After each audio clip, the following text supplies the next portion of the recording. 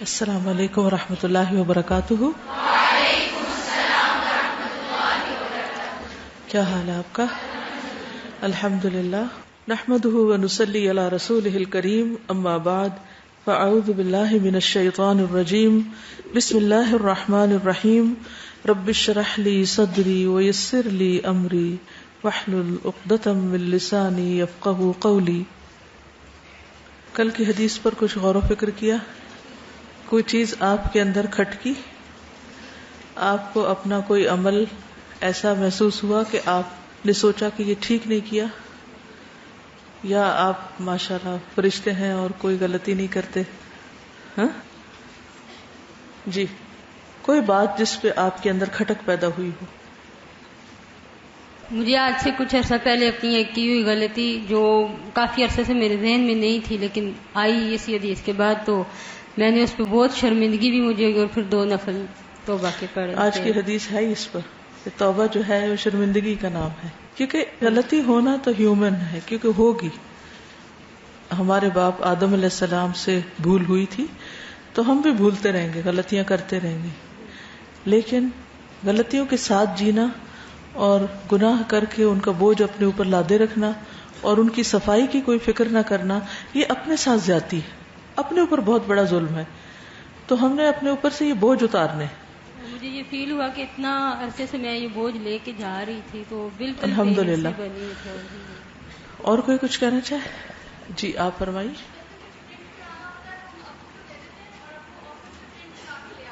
تو پھر آپ نے کیا کیا؟ ابو کو کیا کہا؟ ہاں، اس کو آپ یوں کیجئے کہ آپ ان کو بتائیے نہیں، آپ ان سے پوچھئے تاکہ وہ بھی سوچیں اور ان کا ضمیر جاگے۔ ہو سکتا ہے کہ جب آپ ان کو بتائیں گی کہ یہ غلط ہے، وہ غلط ہے، وہ غلط ہے، تو وہ اس پر افینڈ ہو جائیں کہ ہم نے تمہیں اس لیے قرآن پڑھنے بھیجا تھا کہ تم آ کے ہماری غلطیاں نکالنا شروع کر دو۔ کیونکہ ان غلطیوں کو، یعنی دفتر کی چیز استعمال کرنے کو اور اس کو اپنا ذاتی مال بنا لینے کو کوئی برا بھی نہیں سمجھتا، اس کو کوئی غلط سمجھتا بھی نہیں۔ تو اس لیے ایسی چیزوں پر خاص طور پر توجہ دلانا یہ ذرا مشکل کام ہوتا ہے۔ مطلب جھوٹ بولنا، چوری کرنا، جس کو عرف عام میں چوری کہتے ہیں، وہ سب سمجھ جاتے ہیں، لیکن ان چیزوں کو چوری نہیں سمجھا جاتا، ویسے اس کو ایکسپٹ کر لیا گیا ہے۔ ٹھیک ہے، تو آپ سوال کیجئے، ٹھیک ہے نا؟ کیا سوال کریں گی مثلاً؟ نہیں، جنرلی بس بیٹھے جیسے روز گھر میں باتیں کرتے ہیں، مثلاً انہیں کیا کہنا چاہیے؟ سب سے پہلے کوئی بتائے گا، کوئی سجیسٹ کرے گا کیا کہنا چاہیے؟ ہاں، کیسے سوال کرے، کیسے اس ایشو کو چھیڑیں گھر جا کے؟ جی بالکل، کہ آپ کے آفس کی پالیسی میں، کیونکہ بعض آفیسز میں پالیسی بھی ہوتی ہے، تو میک شیور کر لینا چاہیے کہ کیا کوئی پالیسی ایسی ہے، کیا آپ کے آفس کی پالیسی میں ہے یہ کہ ہم لوگ ذاتی چیزیں پرنٹ کرا سکتے ہیں۔ سب سے پہلے آپ یہ بتا سکتے ہیں کہ مجھے ایک چیز پرنٹ کرانی ہے، تو مجھے خیال آ رہا ہے کہ کیا آفس کی پالیسی میں ہے یہ بات، ایسے کر سکتے ہیں ہم؟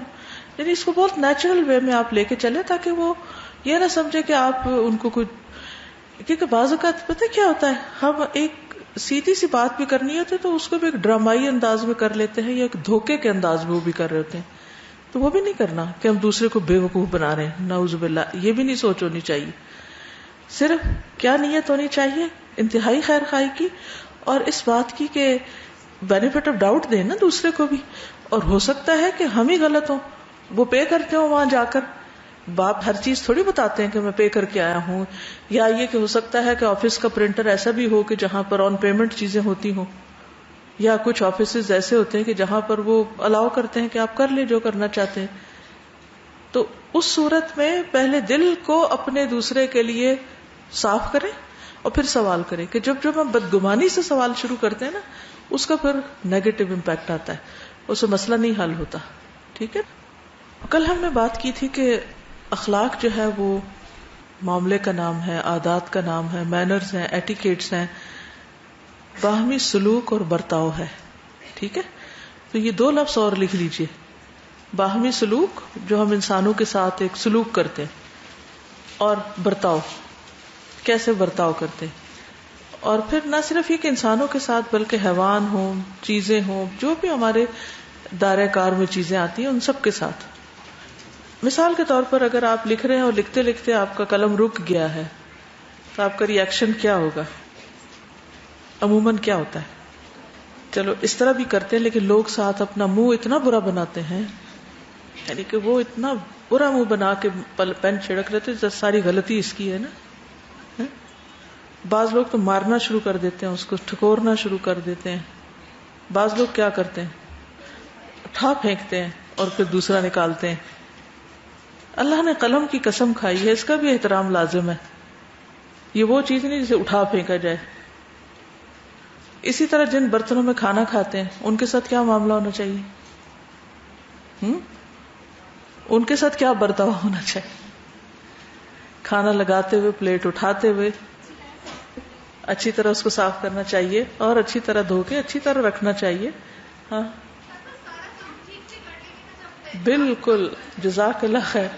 یعنی کہ سب کچھ ٹھیک کر لیں گے، لگاتے اٹھاتے بھی بہیو کر لیں گے، لیکن جب دھو رہے ہوتے ہیں تو سوئے ہوئے لوگ بھی گھر میں اٹھ جائیں، اس وقت ہم سارے مینرز بھول جاتے ہیں اور ایک کے اوپر ایک پٹخ رہے ہوتے ہیں. اور اس کا نقصان کیا ہوتا ہے؟ کچھ تو ٹوٹ بھی جاتے ہیں مسکین اس میں سے، اور کچھ کا رنگ خراب ہو جاتا ہے. تو یہ بھی برتاؤ میں آتا ہے. یہاں بھی اخلاق کا مظاہرہ ہو رہا ہوتا ہے. کوکنگ کرتے وقت بعض اوقات اتنے برتن گندے کرے چلے جاتے ہیں اور ڈھیر لگا دیتے ہیں سنک میں، تاکہ وہ جو دھونے والا آئے گا تو دھو لے گا.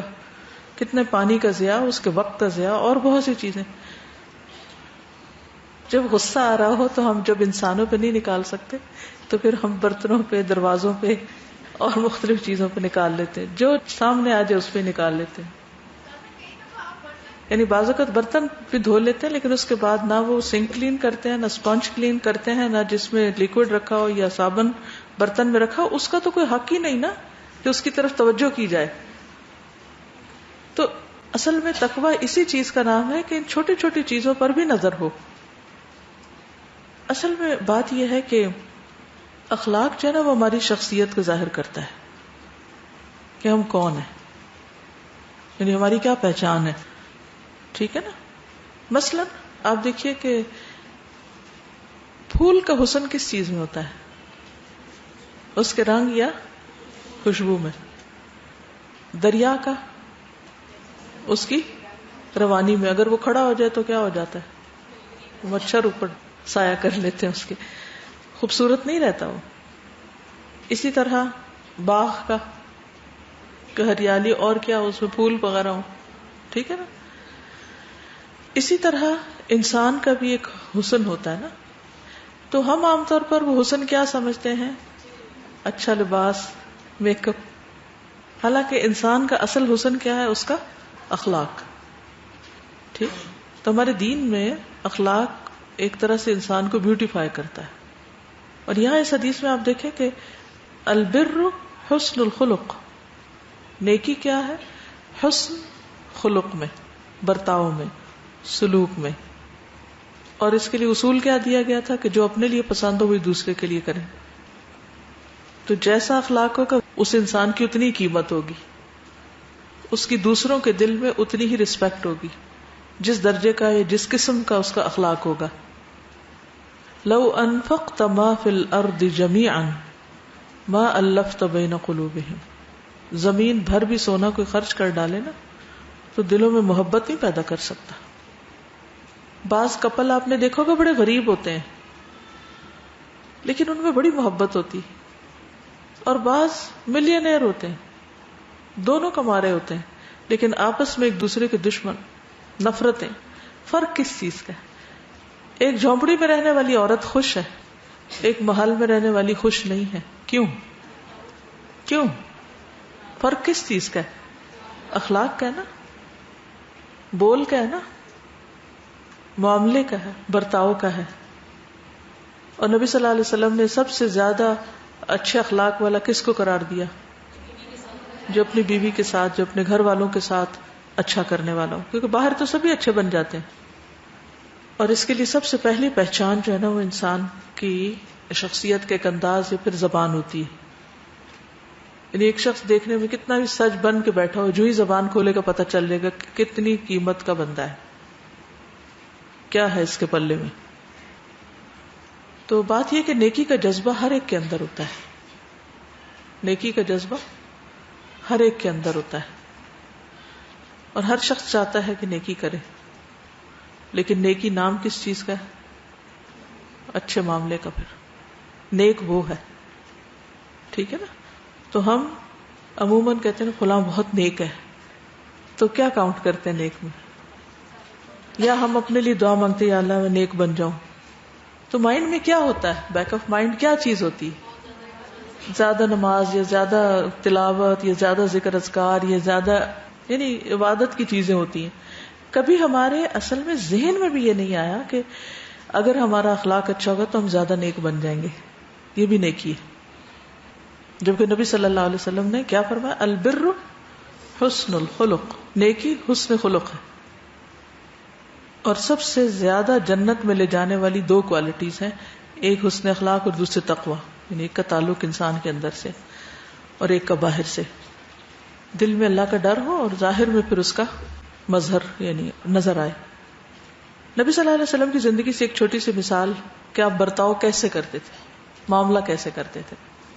وہ مشہور واقعہ یاد ہے نا، جب آپ ایک درخت کے نیچے آرام کر رہے تھے، تلوار لٹک رہی تھی، تو ایک شخص آیا اپنے قبیلے سے نکلا اس ارادے سے کہ میں آپ کو قتل کروں گا.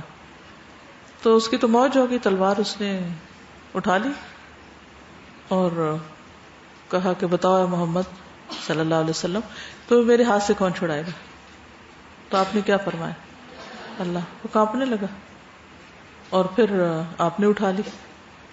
تو آپ نے فرمایا اب تمہیں کون چھڑائے گا؟ تو اس نے کیا کہا تھا؟ کن خیر آخذن، کن بن جاؤ خیر بہترین آخذن لینے والے، یعنی جو تلوار پکڑنے والے ہیں ان میں سے تم سب سے بہترین بن جاؤ. ایک طرح سے ایک انداز تھا کہ مجھے معاف کر دو، یعنی اس تلوار کو میرے اوپر نہ اٹھاؤ. ہوتا ہے نا بعض محاورے ہوتے ہیں زبان کے اندر، کن خیر آخذن. تو نبی صلی اللہ علیہ وسلم نے کیا کیا؟ کہا جاؤ تمہیں معاف کیا. اس شخص کا نام غورس بن الحارث تھا. وہ واپس گیا اپنے قبیلے میں اور اتنی تعریف کی نبی صلی اللہ علیہ وسلم کی، خود بھی مسلمان ہوا، پورا قبیلہ مسلمان ہو گیا. یہ کیا تھا؟ برتاؤ. اب آپ سوچئے کہ آپ کے پاس کوئی آتا ہے، ریسپشن میں انٹر ہوتا ہے، آگے اس کو ملتے ہیں، آپ کھڑے ہیں ڈیوٹی پر، ذمہ داری آپ پر، اتنا بوجھ ہے، سویر سے کھڑے ہیں، نہ آپ نے کھایا نہ پیا ہے. تو کیا اس وقت ہماری بھی سوچ ہوتی ہے کہ جو آنے والا ہے، چاہے وہ طالب علم ہے، آپ کو پتہ طالب علموں کو فرشتے بھی ویلکم کرتے ہیں. کیا کرتے ہیں طالب علموں کے لیے؟ تو ہم لوگوں کو کیا کرنا چاہیے جو ڈیوٹی پر ہوں، چاہے ہاسٹل میں ہو، چاہے ریسپشن پہ کھڑے ہوں یا فون ڈیسک پہ ہوں یا سیکیورٹی پہ ہوں یا کہیں بھی، کیا کرنا چاہیے؟ جن کے لیے فرشتے پر بچھا رہے ہیں، جو بھی بندہ یہاں انٹر ہوتا ہے علم سیکھنے کی نیت سے، وہ اللہ کے راستے میں ہوتا ہے، وہ قابل قدر ہے. وہ غریب ہے یا امیر ہے یا پہلی دفعہ ہے یا 10 سال سے آ رہا ہے، ڈزنٹ میٹر. ہمارا رویہ کیا ہوتا ہے اس کے ساتھ کہ وہ دوبارہ بھی آئے یا بس واپس ہی پلٹ جائے. کلاس کے اندر استاد کو حق ہے وہ فرم بھی ہو، وہ ڈسپلن بھی سکھائے، سب کچھ کرے، لیکن اس کے ساتھ ساتھ کیا کرے؟ طالب علموں کی قدردانی بھی کرے. کیا سوچ کر کہ ان کی قدردانی تو فرشتے بھی کرتے ہیں. مجھے ان کو بگانا نہیں، مجھے ان کو جمانے میں مدد دینا ہے، مجھے بیزاری کا اظہار نہیں کرنا، کیونکہ بڑا پینفل کام ہے استاد بننا. یہ جب آپ بنتے ہیں پھر آپ کو سمجھ آتی ہے کہ کتنا کچھ برداشت کرنا پڑتا ہے. جیسے ایک ماں بننا اگرچہ خوشگوار تجربہ بھی ہوتا ہے، لیکن اٹس اے پینفل جاب. تو انسانوں کو سنوارنا نکھارنا آسان کام نہیں ہوتا، لیکن جب تک دل کے اندر وہ درد نہ ہو، وہ احساس نہ ہو، وہ سوچ نہ ہو، وہ شعور نہ ہو، وہ روح نہ ہو، تو پھر کوئی بھی بے روح کام جو ہوتا ہے نا وہ ایک لاشے کی طرح ہوتا ہے. بس جیسے کوئی لاش ہوتی ہے نا، تو پھر لاش کی کیا حیثیت ہوتی ہے، لاش کے ساتھ کیا معاملہ کیا جاتا ہے، ابھی آپ کو دکھائیں گے. بعض اوقات مجھے بڑی حیرت ہوتی ہے کہ وہی لوگ ہوتے ہیں جب وہ دین کا کوئی کام کرتے ہیں تو انتہائی بد اخلاق، لیکن وہی لوگ جب ان کا کوئی ذاتی کام ہوتا ہے یا کسی سے ذاتی مفاد ہوتا ہے تو انتہائی خوش اخلاق. دعوتوں پہ بھی آ جا رہے ہیں، تحفے بھی لین دین کر رہے ہیں، محبتوں سے مل بھی رہے ہیں، کوئی شکایت نہیں ہے، کچھ نہیں ہے. کیوں؟ ذاتی تعلق ہے، ذاتی پسند ہے. تو وہ ذات اپنی آگے ہے نا دین سے. دین کی بات ہو تو شکایتوں کے ڈھیر ہیں ہمارے پاس، دین کی بات ہو تو مسئلے مسائل ہیں، دین کی بات ہو تو کام بھی بوجھ ہے، اور پھر ہم کہتے ہیں فی سبیل اللہ ہے، اللہ کے راستے میں نکلے. تو اللہ کے راستے میں نکلنے والے خواہ طالب علم ہو یا استاد ہو یا کوئی ان کے مددگار ہو، کہیں بھی کسی ڈیوٹی پر کوئی شخص ہو تو اس کو احسان جتانے کی تو ضرورت نہیں کسی پر. اس وقت ہمارا اخلاق کہاں جاتا ہے؟ حسن الخلق پھر کہاں ہوتا ہے؟ یعنی ذات کے لیے ہم شکوے شکایتیں بھول جاتے ہیں، لیکن دین کے کام کے وقت نہیں بھولتے. فلاں نے مجھے یہ کہہ دیا تھا، معاف کرنے کو تیار نہیں. اگر ہم کسی کو معاف نہیں کر سکتے تو اللہ تعالیٰ ہمیں کیسے معاف کرے گا؟ وہ جو چاہے کرے، وہ سب کچھ کر سکتا ہے. لیکن الا تحبون ان یغفر اللہ لکم، اور جب تک دل صاف نہ کیے جائیں، بوجھ اتارے نہ جائیں، انسانوں کو معاف نہ کیا جائے تو آپ آگے بڑھ ہی نہیں سکتے. اور یہ روز کرنا پڑتا ہے. اپنے گناہ بھی اتارنے پڑتے ہیں اپنے اوپر سے، کیونکہ ابھی توبہ اور ندامت کا باب آ رہا ہے، تو اپنے لیے بھی کرنا پڑتا ہے اور دوسروں کے لیے بھی. کیونکہ نیکی کا فائدہ کیا ہے؟ نیکی کیا ہے؟ یہاں کیا بتایا گیا؟ کل بھی بات ہوئی تھی کہ وہ دل کے اندر کیا کرتی ہے؟ سکون پیدا کرتی ہے. اور گناہ کا نقصان کیا ہے؟ وہ دل میں بے چینی پیدا کرتا ہے، وہ دل کے اندر ایک پریشانی پیدا کرتا ہے. تو ہم نے پریشانیوں کے ساتھ نہیں جینا. ہم بد اخلاق کب ہوتے ہیں؟ جب ہم پریشان ہوتے ہیں. پریشانیوں کے ساتھ ہوتے ہیں تو بد اخلاق ہوتے ہیں. جب پریشانیاں اور گناہ کے بوجھ ہم اتار دیتے ہیں توبہ کر کے اور دوسروں کو معاف کر کے، تو خود بخود ہمارے اندر ایک اخلاقی قوت اور ایمان پیدا ہونے لگتا ہے پھر. تو یہ بہت ضروری ہے کہ ہم سب اپنے فائدے کے لیے، کسی کے لیے نہیں. کیا اگر ہم اچھے اخلاق کے ہوں گے تو کسی کو کیا ملے گا؟ اور اگر ہم اچھے کام کریں گے، اچھے طریقے اختیار کریں گے، توبہ کریں گے، تو کسی کو کیا فائدہ ہوگا؟ ہمیں ہی فائدہ ہوگا نا.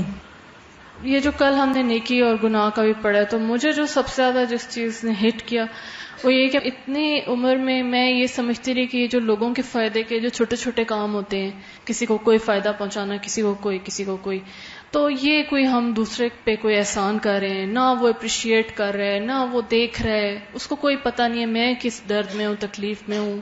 سارا وقت اس ریزنٹمنٹ میں ہم رہتے ہیں. یعنی دین کا کام کرتے ہوئے ہمیں یہ ریزنٹمنٹس ہوتی ہیں نا کہ ہم اتنی دیر سے کھڑے ہیں، کوئی ہمیں اپریشیٹ نہیں کر رہا اور یہ ہمیں تنگ کر رہے ہیں یا اس طریقے سے.